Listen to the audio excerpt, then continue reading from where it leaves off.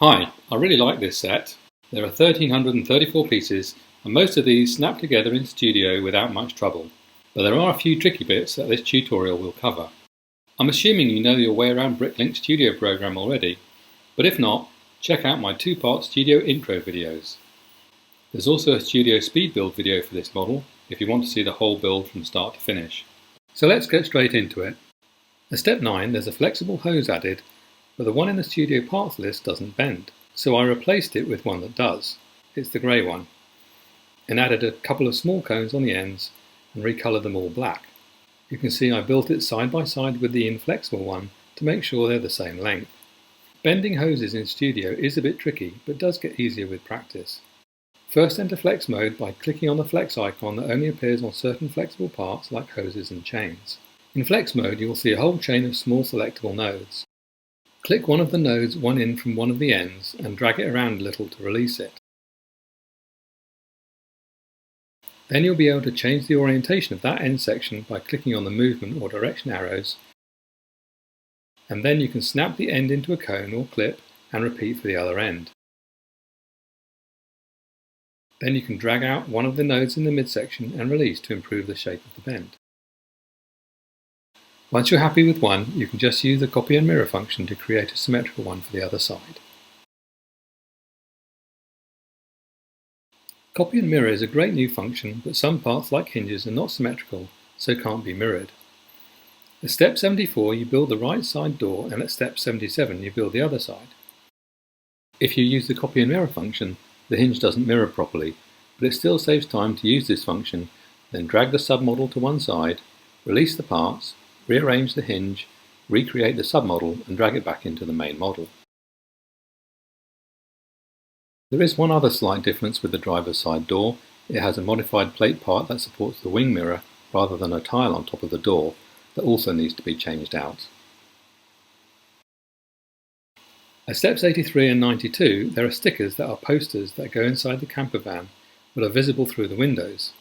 I don't normally worry about stickers when I'm building in Studio, but there are a few in this model that add a lot to the overall look, so I'll come back and add these in later. At steps 110 and 111 you build the pop-top roof. Getting the angles right on the elevating section was a bit tricky. In the end I manually placed the top plate section flat against the tile below it, with front edges aligned, and then adjusted the angles of the lift arms to fit.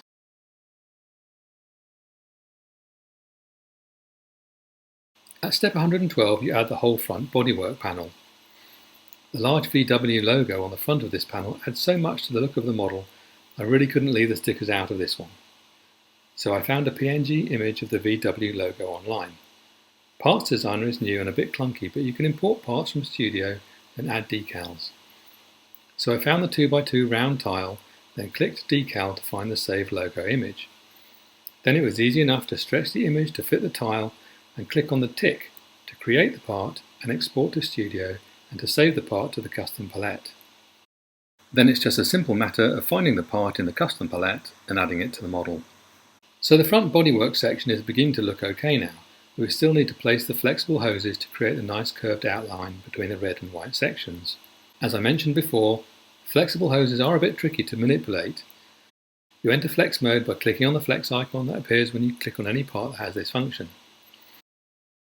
Select one of the small sections near the end of the hose and use the movement arrows to flip the section to the orientation needed, then drag to snap it into the clips. Only problem here was the hose was too long and didn't give us a nice curve. But there is another flexible bar in this model's palette that's a bit shorter. It's grey, so you will need to recolour it black, but it does fit a lot better and gives a nice curve. Once you're happy with one, you can just use the copy and mirror function to create a symmetrical one for the other side.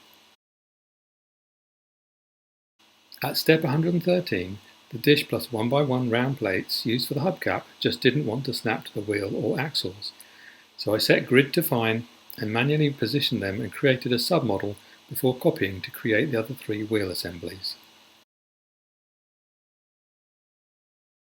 Having created a custom part for the VW logo, I thought it would look good to add the number plates and posters inside as well. I found an image with the stickers online, opened them in Photoshop, brightened, cropped and saved to different layers. Then I saved each layer as a PNG file while hiding the other layers. I could then use Parts Designer to create the custom parts as before and export to Studio. I did experiment with a couple of different parts here, but decided to leave the design unchanged, although there was one small issue with a part not snapping that had to be positioned manually.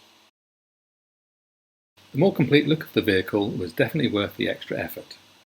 I used the hide function to peel away the outer layers of the model to add the custom parts inside, and then click Show to fill the holes back in. I wasn't sure about the red colour, so I thought I'd try out the model in a few different colours. So to recolour the bodywork, first release all the red bodywork parts from Submodels. Select all these red parts with the Select by Colour selection option, then use the Hide function to reveal any you missed. Then continue to release any missed submodels that contain red bodywork parts until they're all released. Then you can select them all by using the Select by Colour function, and this time create a new submodel. Then use the Select Inverse selection option and hide all the other parts to double check you don't have any unwanted red parts. Release any rogue red parts like this short axle and hide it, then recreate the submodel.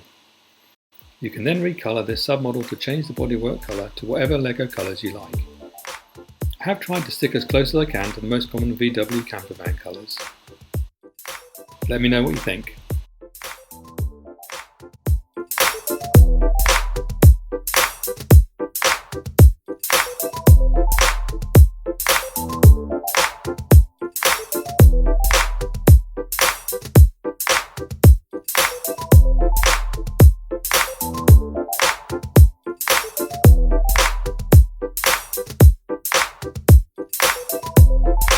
Thanks for watching this tutorial. Please do give us a thumbs up if you liked it. Click here if you'd like to see more studio tutorials, or here if you'd like to see the full studio speed build for this model. And don't forget to subscribe and click the bell if you'd like to see more videos like these.